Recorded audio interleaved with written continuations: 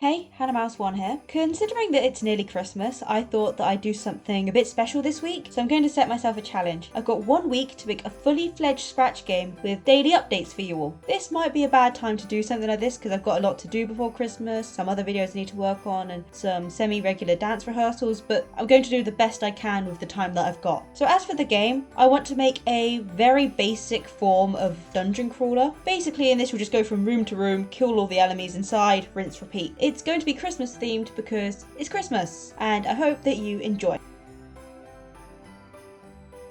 So, to start, I want to get something working, something I can call a game, which means a lot of nondescript squares instead of tiles or characters to make sure that everything works mechanically before I start putting artwork on this. I start with creating a set of tiles for the floor. Using tiles will allow me to very easily adapt this moving forward when I want to start adding variety to the rooms. At some point I decided to switch from 32 by 32 tiles to 64 by 64. This makes the art later in the video a right pain, but we'll get to that in a bit. I managed to get the tiles to form a basic grid. I give each tile a value that allows them to pull their appropriate costumes from a list. At first it's just either a light grey wall or dark grey floor for each tile. Then I added the player, which for now is just a green square. I create a movement script that allows me to control the player with W, A, S and D. I make it collide with walls by having the player detect what tile it's currently over. This takes a bit of maths, but I managed to get it working. I'm not super happy with the player's collision. Rather than a hitbox, there's currently just a single point in the middle of the player that can't pass through walls, which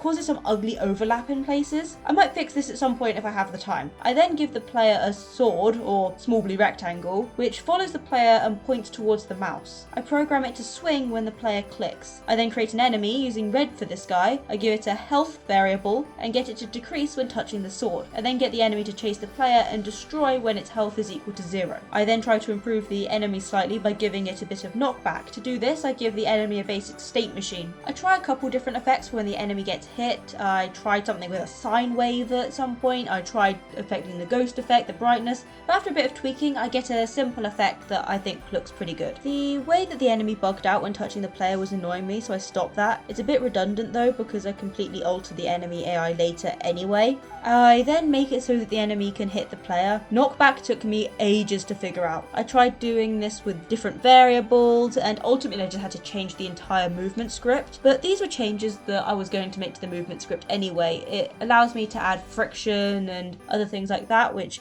definitely made this change worth it. I give the player a hit effect similar to the enemy, and I give the player a small window of invulnerability so they don't get killed too unfairly if they get into a tight spot. I then improve the enemy AI. This is going to be a slime enemy that chases the player, prepares for an attack, then dashes towards them. This makes it a lot more fun to fight and forces the player to move a little to avoid them. I make the enemies spawn in a random place in the room to make it a bit more unpredictable. I want the enemies to be able to collide with the walls, so I create a custom movement script that uses velocity variables, much like it does in the player. I actually copied a lot of code from the player and with a bit of tweaking was able to get it working for the enemy as well. I then make a health bar for the player. I usually draw each level of the health bar individually, but a little while ago Griffpatch made a tutorial on smooth health bars and I decided to try out his method. I actually really like it, and after a bit of fiddling, I was trying to remember the tutorial rather than watching it in the moment, I managed to get it working as intended. I make it so that the game stops if the player's health hits 0. I try the game with multiple enemies in the room and it's actually pretty fun. I make it so that the enemy can drop a health pickup if the player is hurt when killed. More accurately, the enemy just becomes a health pickup, but the idea is the same. I then start to put into some artwork. I redo most of this later, but it's nice to get something other than grey boxes on the ground. I start with some basic dark blue floor tiles, then I make it so all the walls look different based on what side of the screen they are, so the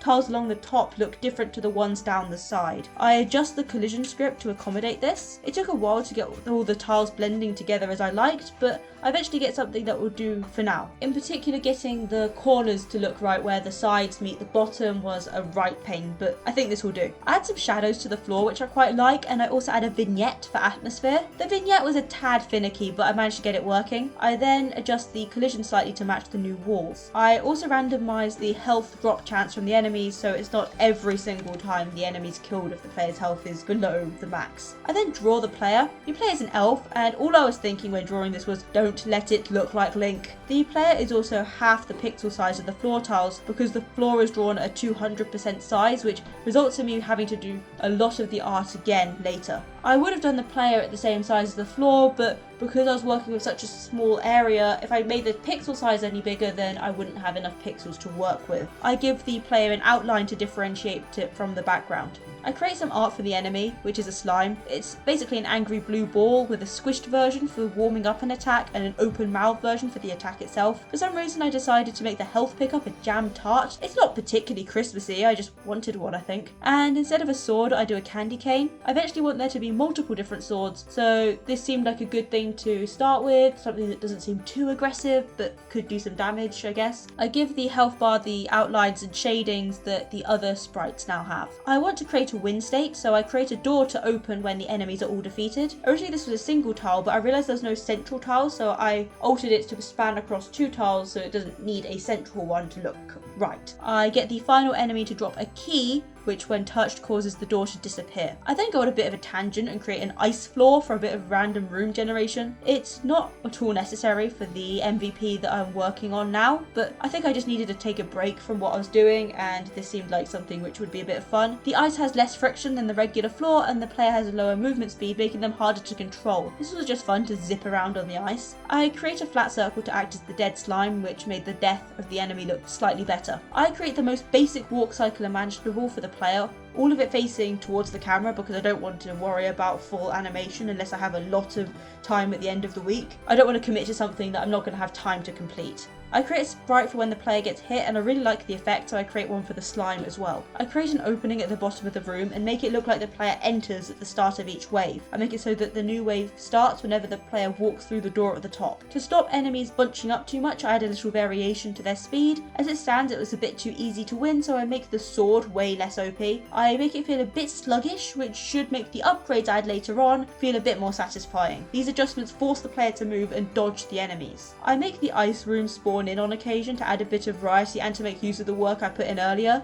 Alter the code so that the same block can load either room in, which is a tad more economical script-wise. I finally redraw all of the tiles with the smaller pixel size. At first I just tried adding in shades of each colour between them, but I absolutely hated how this looks on the floor tiles and scrapped this before going any further. I opt to go through and thin down all the lines instead. I really like how clean this looks and actually prefer it to the big pixel look. It's a long process, anything that I managed to get lined up before had to be done again, but I do think it was worth it. The style's a lot more cohesive now, and I'm glad I did this now before adding in any more tiles that I'd have to redo. I'm super happy with the progress I made for day 1, and I'm excited to see how much I can do in the week. But apart from that, thanks for watching. I hope you enjoyed this video. Like and subscribe if you did, let me know that this is something you want to see more of. Other than that though, I'll see you tomorrow with the next part of this series. Bye!